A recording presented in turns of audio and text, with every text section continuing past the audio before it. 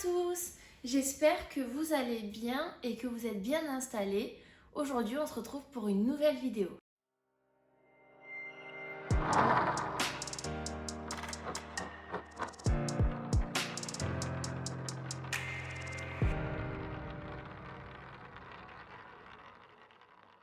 Alors, premièrement, qu'est-ce qu'un bac ASSP?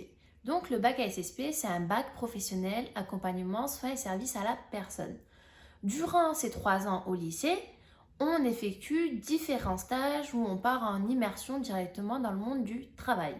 Il me semble qu'on a des stages en école maternelle, en EHPAD et parfois même à l'hôpital. Durant ces périodes de stage, on est amené à être évalué sur comment on prend en charge une personne, que ce soit un patient, un résident, un enfant. Durant cette formation, on monte également plusieurs projets, notamment un projet qui compte pour le bac, qui est un projet de vie personnalisé, où on doit mener des actions auprès de personnes âgées, pour ma part, et j'avais choisi de monter l'hygiène bucco-dentaire chez les personnes âgées. Mais ne vous inquiétez pas, il y a également des apports théoriques, que ce soit français, maths, anglais, histoire géo, tout ce que vous voulez. Donc, quand on est en bac pro, on n'est pas des cancres. Non, pas du tout, loin de là. On a juste choisi une filière où on peut se permettre de partir en immersion dans le métier qu'on convoiterait ou qu'on envisagerait, ou tout simplement pour pouvoir essayer. Car je ne vous cache pas que grâce à ce bac-là, qui est énormément critiqué, on est vu comme des moins que rien, vraiment, mais dites-vous que j'ai pu vivre des expériences que si j'aurais été en bac ST2S, j'aurais jamais pu les vivre. Franchement, j'ai été épanouie de A à Z. D'ailleurs, sur mon Twitter, tu passes par là, coucou, je te remercierai jamais assez car tu m'as permis de confirmer mon choix de devenir infirmière. Quand je suis rentrée en bac pro SSP, je savais que je voulais travailler dans le domaine du médical et du social, juste je ne savais pas exactement ce que je voulais faire. Mais quand j'ai fait ce stage-là en EHPAD auprès de personnes âgées, ça a vraiment marqué ma voie dans le sens où je veux devenir infirmière.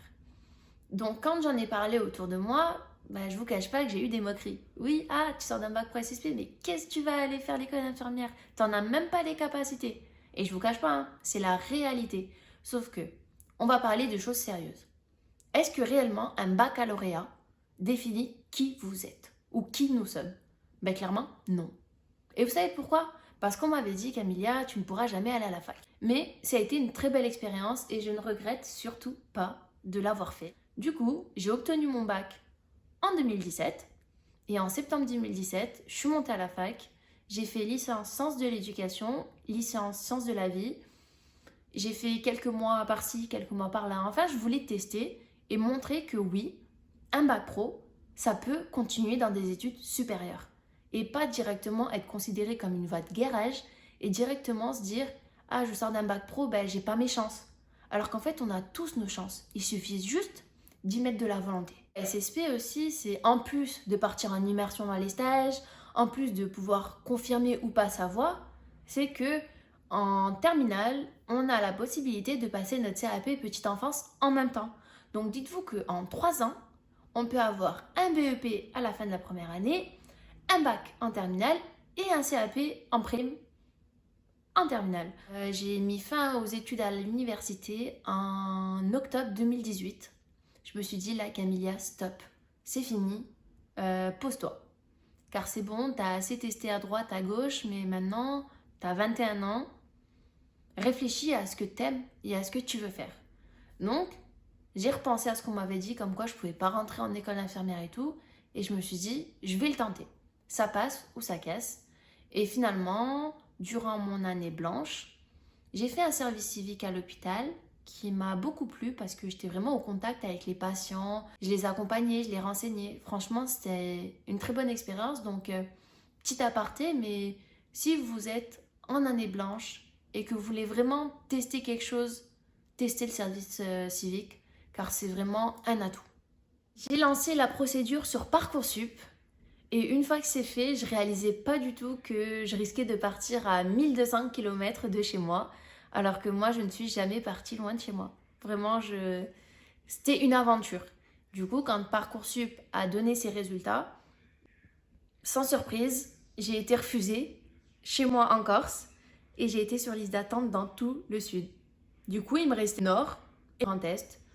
Donc, j'ai décidé de prendre ma valise et de partir à l'aventure en école d'infirmière.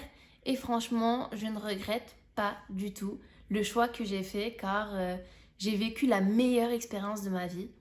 Tout ça pour vous dire que même si vous êtes un bac pro, même si vous pensez ne pas avoir les capacités pour, du moment où vous avez envie de le faire, où vous êtes motivé, car il y a une citation qui dit que quand on veut, on peut. Donc faites-le. N'ayez pas de regret de vous dire oui mais non parce que je porte l'étiquette bac pro, du coup j'ose pas et tout. Figurez-vous que quand je suis rentrée en école d'infirmière, il y avait énormément de bac pro SSP et du coup avec les autres élèves, on se complétait. Parce que certes, on avait plus de facilité en stage, mais on avait quelques petites difficultés. Je sais que moi j'avais des difficultés en calcul de dose. Donc j'ai essayé de me rapprocher de personnes qui sortaient d'un bac général, qui eux avaient plus de facilité pour pouvoir m'expliquer et du coup m'aider à avancer dans ça. Tout ça pour vous dire, foncez. Si vous avez l'opportunité de partir loin de chez vous, je sais que c'est dur, mais dites-vous de toute façon que votre diplôme, que vous l'ayez chez vous ou ailleurs, au final, ça reviendra à la même chose. Vous aurez quand même le diplôme et vous aurez atteint votre but. Du coup, voilà, on arrive sur la fin de cette vidéo. Donc, j'espère qu'elle vous plaira. Donc, n'hésitez pas à laisser un commentaire en me disant votre avis, qu'il soit positif, négatif, constructif. Et je vous dis à bientôt.